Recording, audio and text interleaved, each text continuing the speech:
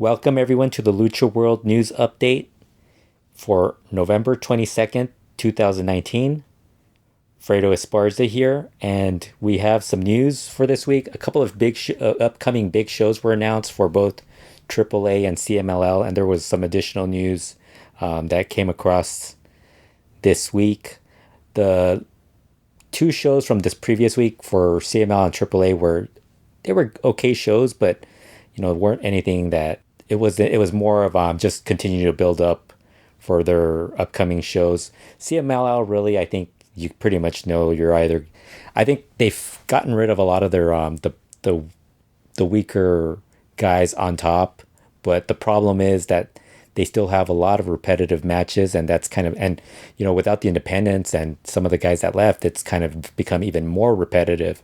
They usually go with their combination for technicals of the same four guys of Caristico, Volador Jr., Mystico, and Valiente.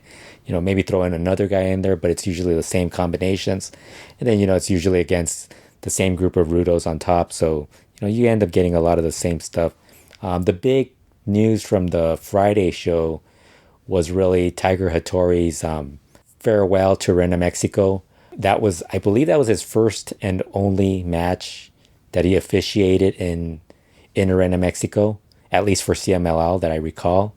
More of something he wanted to do, just, to say he did it in his career. And, he was in there with like the better, the more motivated guys, because as usual with CMLL talent, they usually get a little more motivated when some of the New Japan representatives are in the crowd, in attendance, or officiating, or, they're getting more viewers because of that more Japanese viewers because of who's there.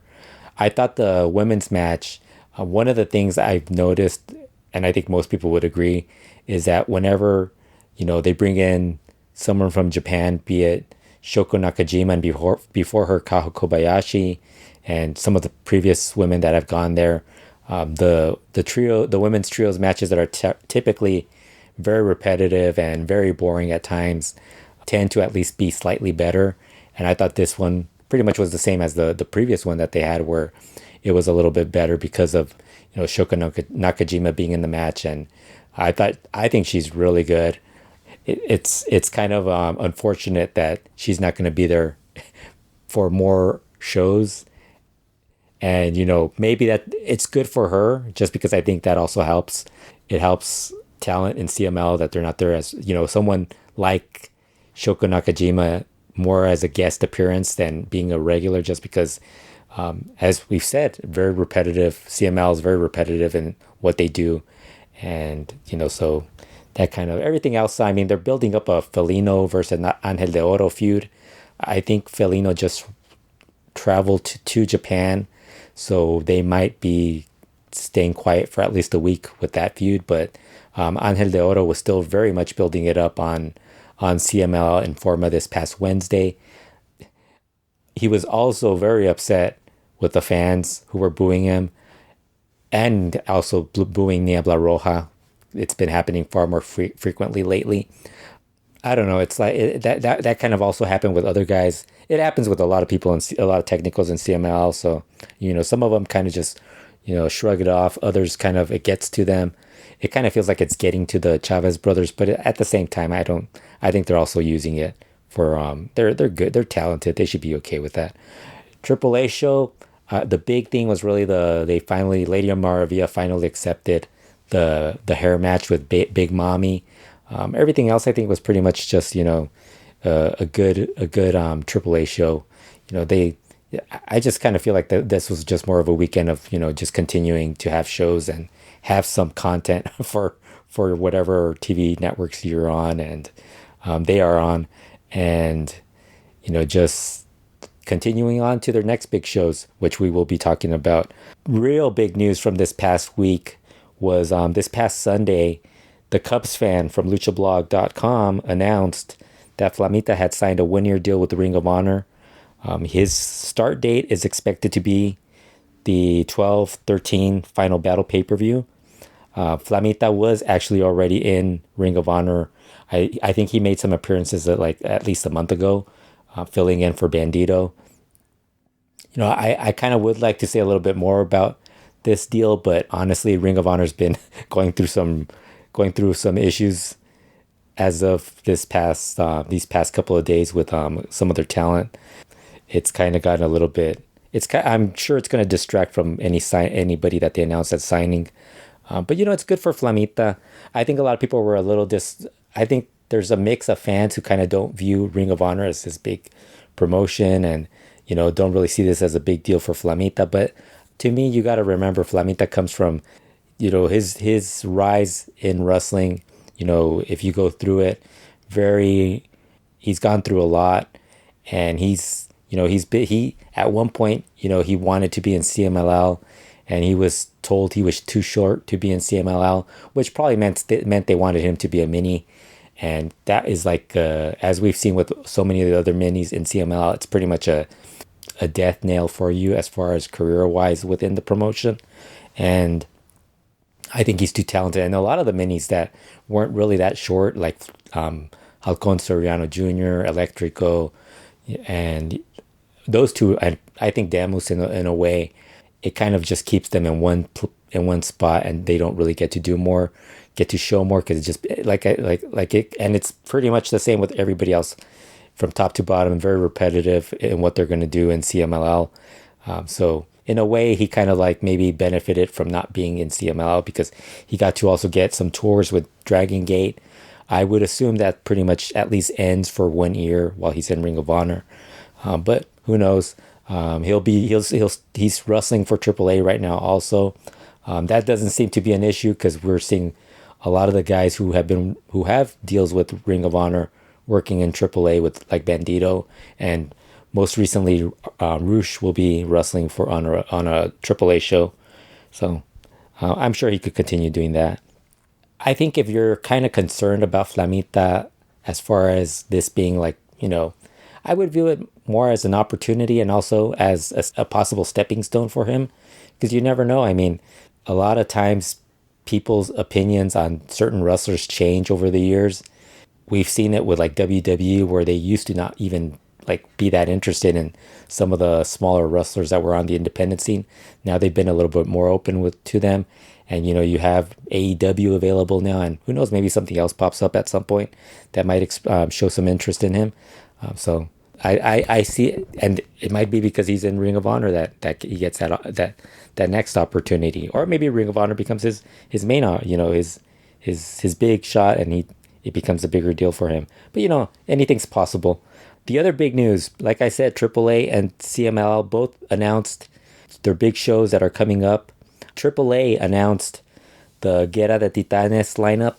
They actually have a show before that, the Triple Mania Regia in Monterrey that I talked about in one of the previous updates, where they already announced the lineup. Well, this is actually a show that will be happening 2 weeks later on December 14th, and actually this lineup looks a lot weaker than the Triple Mania Regia by like a lot.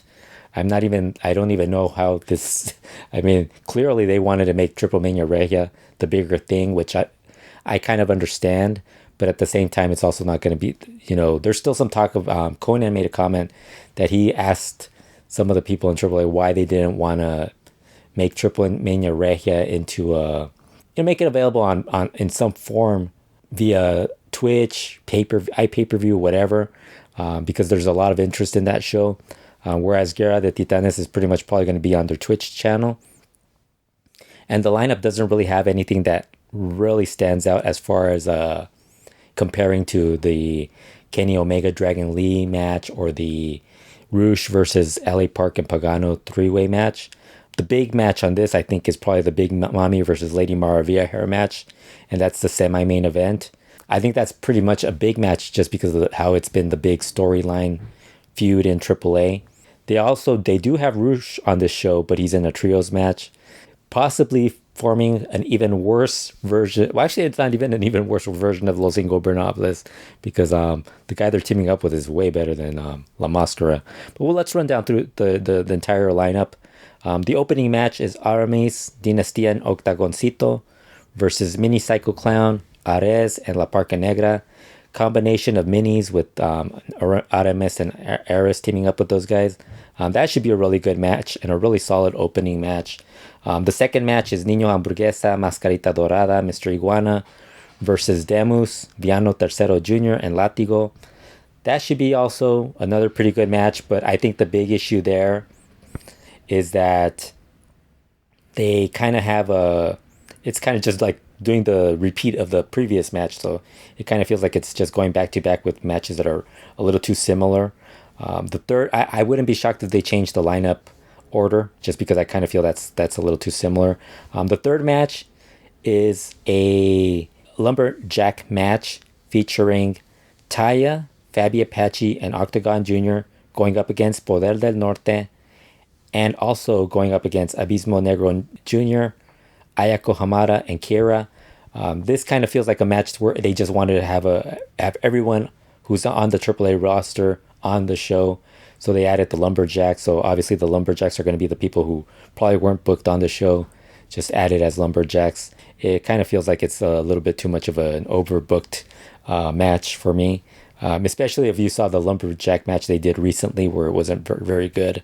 The fourth match is a TLC match. Brian Cage, Puma King, Murder Clown, Pagano going up against Killer Cross, Taurus, Tejano Jr., and Chessman. Another match I kind of think is a little too overbooked as well, with a lot of people in the match, and it's a TLC match. Really, also nothing like, I don't think there's really anything that I really want to watch in that match. It could be good just because it's probably going to be you have guys that on it that are talented, mixed in with guys who are willing to take a lot of punishment, like Pagano and Chessman. So that could be that could be a match that it's more for the crowd, the AAA crowd, than anything else. The fifth match might be the match that has a chance to be the match of the night, which is the Lucha Brothers, Pentagon Jr. and Phoenix, defending the AAA World Tag Team titles against Angelico and Australian Suicide, and Hijo del Vikingo and a Luchador Sorpresa. This seems like I don't know, it kind of seems like they made this big deal about having Rey Escorpion and Tejano Jr. challenging the Lucha Brothers, and suddenly they went to this. Rey Escorpion isn't listed on this show, so I wouldn't be shocked if he shows up in this match, or maybe this match even changes, or he shows up in the earlier match. We don't know. Luchador Sorpresa, I would assume it could be anyone from the two guys who are currently in the island, Mystices Jr. and Laredo Kid, or somebody new possibly coming in. Who knows? Could be Triton, could be anybody. The sixth match of, like I said, the semi-main event is Big Mommy versus Lady Maravilla in a hair match. This has been probably the main feud in AAA as far as it's still been going on. They've had a couple of other feuds like the Wagner Blue Demon Jr. and Monster Clown Aerostar and a couple of other ones, but this one kind of feels like it's been the one that's been more consistently going on for the past year.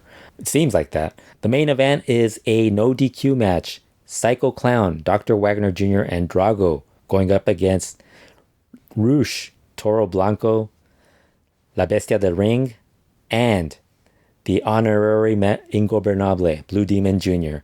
I don't really know how this match is going to be, other than I know Psycho Clown and Rush will probably bring it. Drago is, I don't even know why he's in this match, because he does not match the other any of these guys in this match. Probably going to be the guy that gets the beatdown.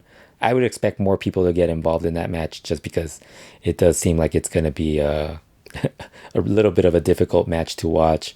That's Guerra de Titanes 2019. Very underwhelming when you compare it to Triple Mania Regia. I would assume there's going to probably be a big storyline angle to close it out. We've had Rush teasing a new faction forming. Perhaps this is where it gets formed, or we see some other group formed in AAA. That's what they always usually do in Guerra de Titanes. Some big angle happens at the end. Who knows? I think the two things that I'm most interested in are probably the three-way tag match and the hair match, and really seeing who the Luchador Sorpresa is that's going to team with Hijo del Vikingo. There's a couple of good matches, like I said. The opener's pretty good as well, but it doesn't really come across as good as Triple Mania Regia. It really is lacking at least another good maybe singles match, or a match where there's just a really good combination.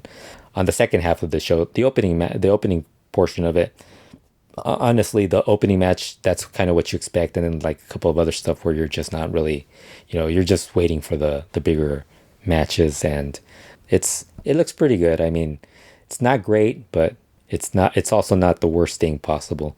There's a lot of talent on the show, and I'm sure like I said, they've kind of positioned it where there's going to be a lot of people within that lumberjack match that, I mean, I would not be shocked if there's more involvement in the main event, especially.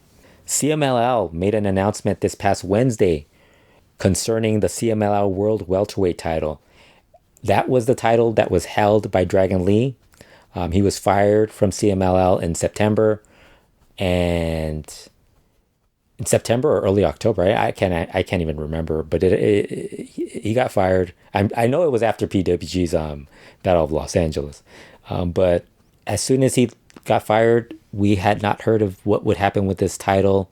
It's been at least 2 months, two months since we last heard about this. What was going to happen? As we previously mentioned, Kawato-san had been stripped of his CML World Super Lightweight title. So, there were now 2 titles. There's actually 3 with the Arena Coliseo tag titles that, are still kind of in limbo because Triton left, and he was one half of the title holders with Esfinge with those belts. But well, now we have an answer to what will happen with the CML World Welterweight title. CMLL will be holding a torneo cibernetico on Sunday, December 1st in Arena, Mexico, with 8 luchadors participating for the vacant title. The final will be held on Sunday, December 8th in Arena, Mexico. This, for those, since it doesn't stream live, it does get televised. I think Cubs Fan puts it on his YouTube channel whenever he can. I think there might be somebody else that also puts it up, but I think Cubs Fan definitely gets it. I could be even wrong that it's him. I know there's 2 people that I've seen that actually post them, but they CMLL on Informa did announce the first 4 participants, and they were the Technicos that would be in this. They will be announcing the Rudos later on, but the 4 Technicos are the Mexican National Welterweight Champion Soberano Jr., Star Jr., Drone, and Fuego. That's quite the cast of Technicos. Usually, I'm surprised they didn't just add Volador Jr. or Titan in the mix. It's kind of nice that they put Drone and Fuego in, and Star Jr. continues they continued his push. Watching Informa, you pretty much kind of got you pretty much figure Fuego is not advancing, just the way he was the way he was talking. He didn't seem really that enthusiastic or thrilled, or he just figured he was in there just to fill one of the eliminations. Will be interesting to see what the 4 Rudos will be. I know Carbonario probably. I mean, I would be shocked if he's in it, just because he holds one of the light heavyweight titles, and I mean, it would be kind of dumb to have him in that, unless he was willing to be eliminated. My guess. This is just my guess. They haven't announced them, but my guess is I think one of them will definitely be Templario. I would assume Kawato-san would be in this, and that would give you the answer of what they're going to do with the title he was stripped of, the CML World Lightweight title. I wouldn't be shocked if Hijo del Villano Tercero is in this as well, and I don't know the 4th guy would. I mean, I'm kind of hoping it's Black Panther just turning Rudo, and they just announce him on the Rudo side for this. Because I think I think he's good enough where he should be in this mix, and that would be a good way to elevate him.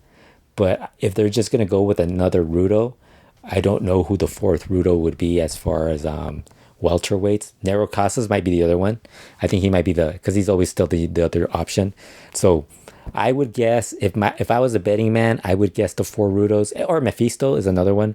But I would guess, if I was going to guess the 4 Rudos in this, would be, I'm going to go with Kawato-san, Nero Casas, Templario, and Hijo del Villano Tercero. That's just my gut feeling. I don't think I wouldn't be, with Mephisto kind of being in the mix, I would be shocked if there's anybody else in this. I would like to see Black Panther be the 4th Rudo, but I don't think they're planning on turning him.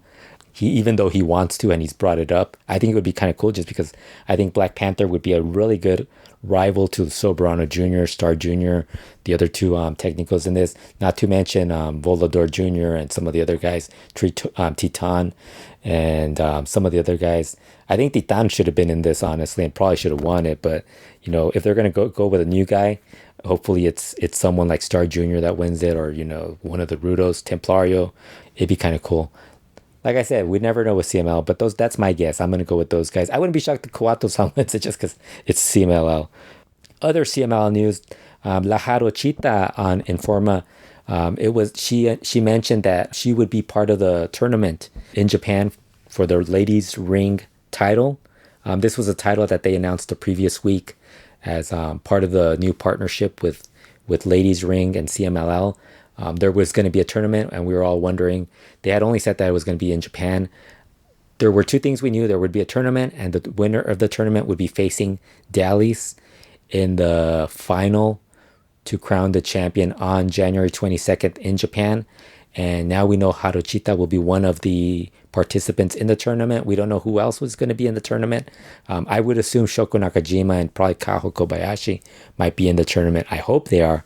There's got to be at least a couple of other, because the way they're explaining this partnership with Ladies Ring, because Ladies Ring is a magazine that covers women's wrestling in Japan.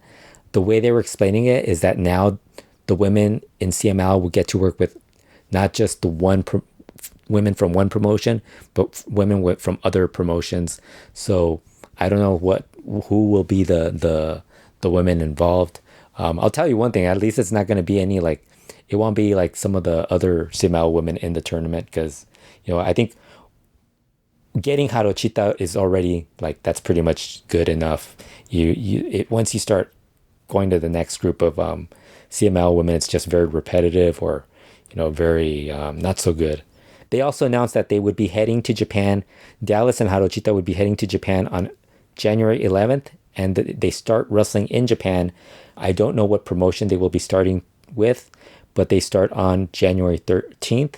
So, I mean, if you're interested in what's going on in Japanese women's wrestling, then you probably would have a better idea of what show that could be.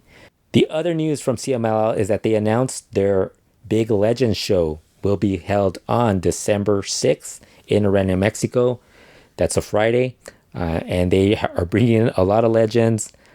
Some that we really wish didn't come back. Others making their first appearance in Arena, Mexico in a very long time. Others, I think, making their first appearance in Arena, Mexico. But it's a mix of, there's actually two matches on the card that feature some of the younger talent, some of the current talent in CMLL. I would say some of the younger talent because some of the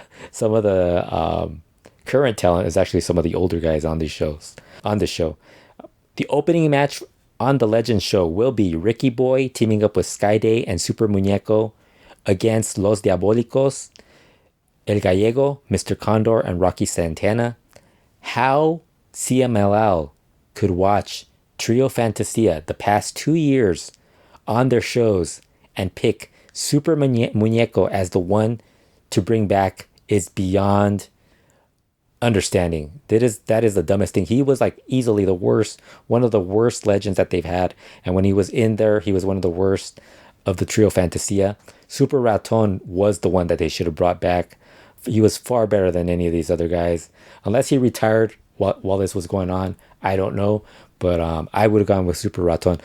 Super Raton looked better than half the CML roster when the last time he was there. And that's not really praising Super Raton. That's really just telling you how bad the undercard in CML and some of the talent that they have has become over the past couple of years. Ricky Boy, I think he wrestled in Arena, Mexico probably in the late 80s, maybe, or mid 80s, late 80s. I don't think he's been there in the longest time. One of the things I do know about Ricky Boy is that his name came up when the Lucha Brothers were wrestling in CMLL. They were when they were asked about how they got into wrestling, their careers and stuff like that.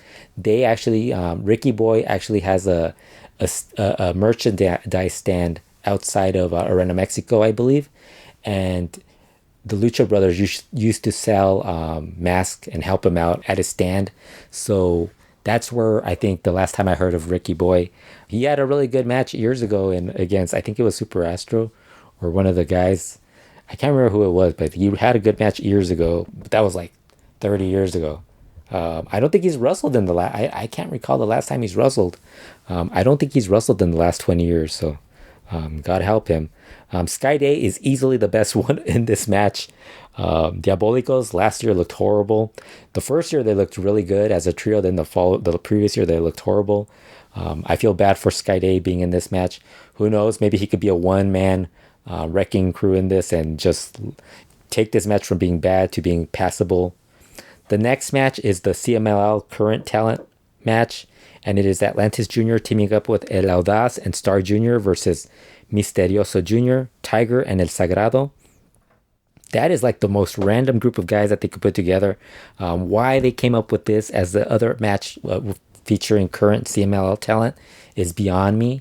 They probably should have gone with some other guys that were more veteran or more exciting. Tiger fits in fine. I mean, I think he's okay.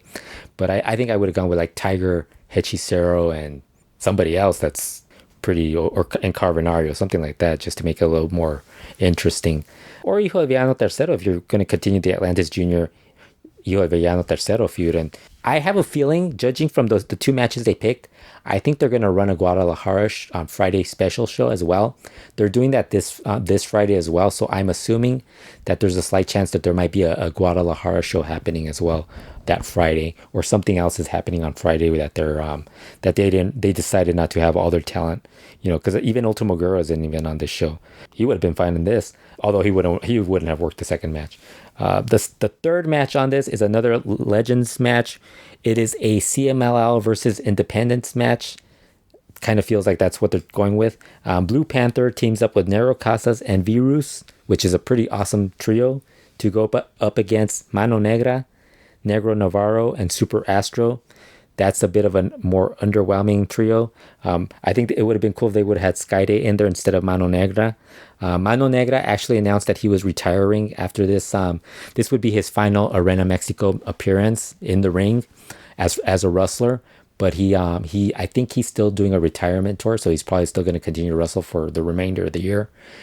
He did mention that he would be open to becoming a CML referee. I think he did some officiating for somebody's promotion, might be Hijo Santos' promotion.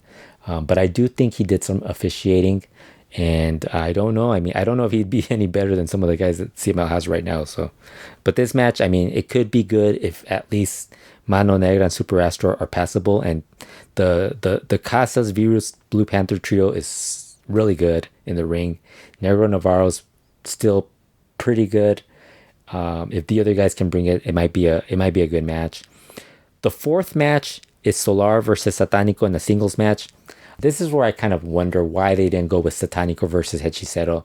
They've been doing that feud in Guadalajara for the past couple of weeks. It would have been cool if they brought that to Arena Mexico, just a young versus old type of matchup. I still want to see like a Hechicero Satanico match where, they put the Infernales name on the line and Hechicero gets to form the new Infernales. Just because I think they do need a new, now that the Ingobernables are gone, they kind of need a new faction that's a little bit in that type of persona of a badass trio. And I think Hechicero would be a good Hechicero getting the Infernales name. It'd be funny. We were talking about this off air where we thought, what if Hechicero won the Infernales name and the first guy he would add would be Satanico, considering CML is currently still using a lot of old guys. Why not? I don't think Satanico would be any worse than some of the guys that we've seen, like Dark Magic and Mascareno 2000, and God, I don't even want to remember everybody else.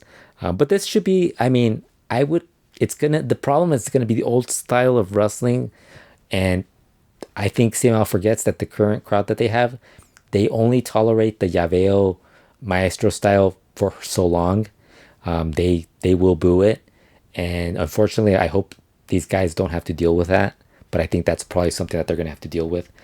Semi-main event is going to be pretty much a match that we see all the time. Caristico Valiente Volador Jr. versus Nueva Generación Dinamita of Sansón Cuatrero Forastero, the same match that we always get, happening again on another Friday show. Should be good, but it's, we've seen it millions of times. And the main event is a match that I am sure is going to get booed by a lot of fans. The same fans who keep asking that these guys come back will be booing this match because that's the way this crowd is. Rayo de Jalisco Jr. teams up with Tinieblas Jr. and Villano 4 versus Canek, Fuerza Guerrera, Máscara Año 2000. This match sounds horrible. They've done it in this combination, or whatever combination they've done in the past, has been horrible in previous shows, and the crowd boos it, and they're gonna boo it again. This is not something I'm looking forward to watching. I think these shows, you watch it because of nostalgia, but really they've already done it so often.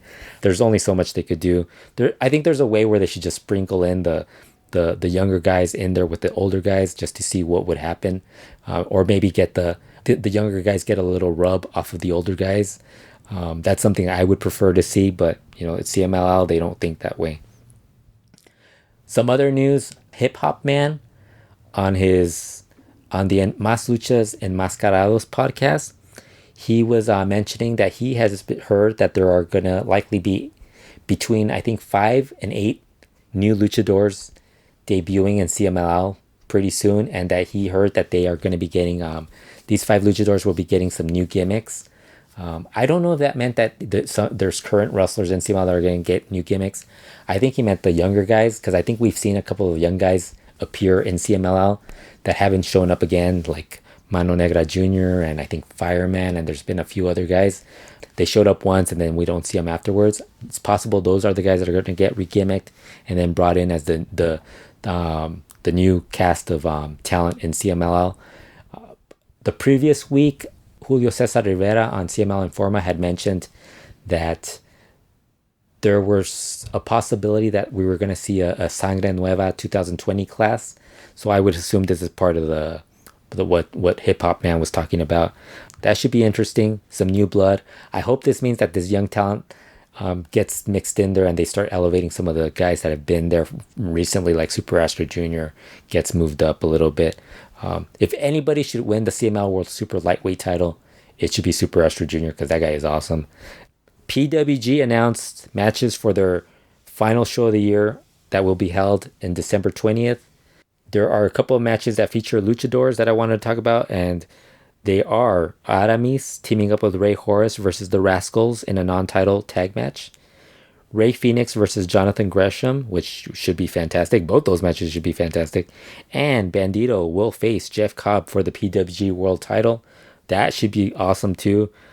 That's 3 very good matches. I think those are the only 3 matches with luchadors. Unfortunately, it's during the holiday, so I probably won't be able to make it to that show. If you have a chance to go watch it live, go do so. And if not, or get the DVD or watch it on, I think the High Spots Network puts it up at some point later on in the future on their streaming service. So, but those matches all sound fantastic. I'm really interested in Phoenix versus Gresham. Aramis, it's good to see Aramis is actually getting a lot of opportunities now. Now that he's got his travel visa or work visa to come to the United States. So that should be fun. Also, Lucha Vavoom mentioned that their Valentine's Day show will feature Microman. So I would guess we're going to be getting a lot of Microman appearances in the United States. And now begins my attempt to get Microman to appear in PWG. That's right. Rob Viper, if you're listening, Microman must be on a PWG show. I don't care who he wrestles. You just have him on one of those shows. And the final thing that I want to talk about was an interview that Rush did at the end of a show in Arena Nessa I think it was about a week ago or so. And he was talking about how he plans on starting a new faction and with a new name. I guess he can't use the Ingobernable's name, so he might. I think he used the Ingober name, like La Mascara. I think it's going to be interesting if CML decides to keep the Ingobernable's name and give it to some other guys in the promotion. There's been a lot of people who think that that's kind of like what they're planning to do with the Chavez brothers. I don't know. It kind of seems like it would be, although Chavez brothers getting booed already. I mean, that's about as Ingobernable, that's pretty much that's how the Ingobernables kind of started anyways. Will be interesting to see what Rush's group will look like. If it'll feature Ring of Honor talent, AAA talent, independent talent, who knows? The big news from that interview was really Rush letting it slip that one of his brothers will be starting soon in New Japan Pro Wrestling. I think everybody assumes it's Dragon Lee. I don't think it's Mystico, so obviously it's got to be Dragon Lee. That's an interesting situation just because New Japan has a relationship with CMLL, and it kind of feels like that kind of is another, weird partnership that CMLL has. You have the, Ring of Honor bringing in guys that CMLL is kind of like not letting. CMLL didn't allow these guys to work with these guys on independent shows, and now they're bringing them into their promotions. And same thing now with Dragon Lee, if he ends up signing with New Japan Pro Wrestling, even if Dragon Lee signed with New Japan, and one of the things that Mr. Sugabayashi said after the Arena Mexico show, and before that also, he had actually mentioned that there was going to be more New Japan talent appearing on CMLL shows in 2020. I think it's possible it's going to happen, but I'm not sure it's really like, I will believe it when I see it. It's more possible that it will happen just because if their plan is to run shows more frequently in the United States, that means they're probably going to have an easier way to get to, it's going to be a little bit more, it's going to be easier for talent to appear in CMLL Arena Mexico shows. So who knows? And I think that partnership's going to continue. I don't think New Japan cares what CMLL thinks about them having Dragon Lee. I mean, honestly, worst case, they'll probably just not book him against, anyone that's affiliated with CMLL. So I don't see it being an issue, just like it's not been with Ring of Honor. So that's about it with what's been going on with Lucha Libre. That's about it for this edition of the Lucha World News Update. Be sure to subscribe to the Retro Wrestling YouTube channel. And for more Lucha Libre news, visit luchaworld.com.